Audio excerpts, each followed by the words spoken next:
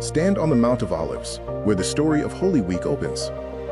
From this hillside overlooking Jerusalem, Jesus began his journey into the city. He came riding on a donkey, in humility and peace. The crowds welcomed him with joy, not yet knowing how this week would unfold.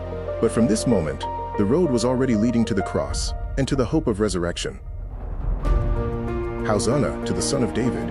Matthew chapter 21, verse 9.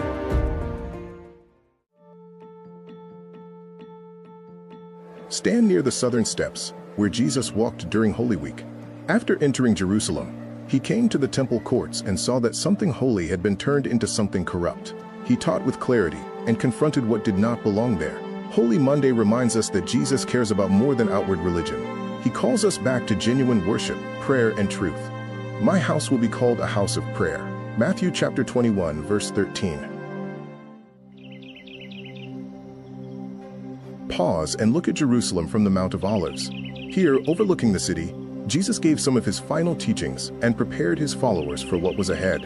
Holy Tuesday reminds us to remain faithful, watchful, and ready. Therefore keep watch, because you do not know on what day your Lord will come. Matthew chapter 24, verse 42.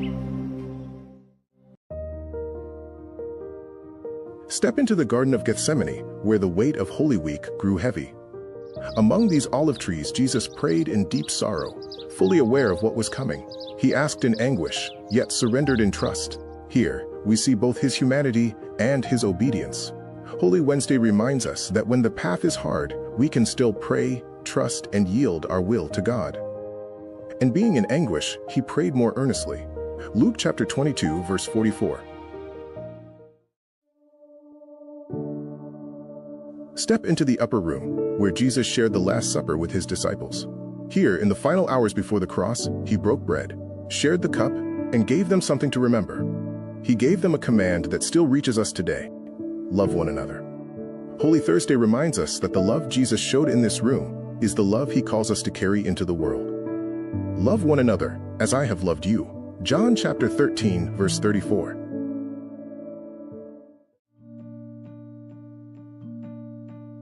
Walk the Via Dolorosa, the way of sorrow.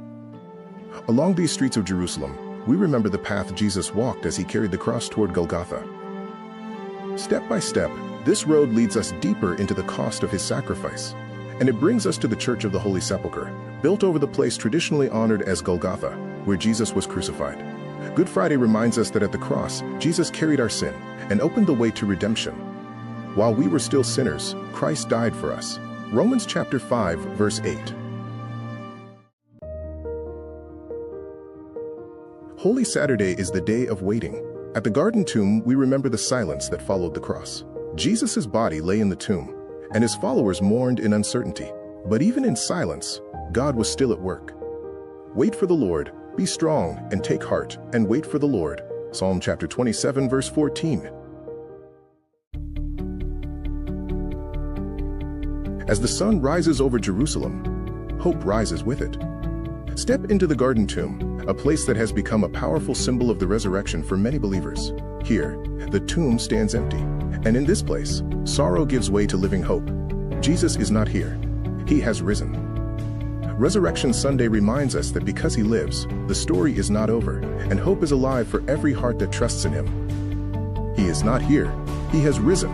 Luke chapter 24, verse 6.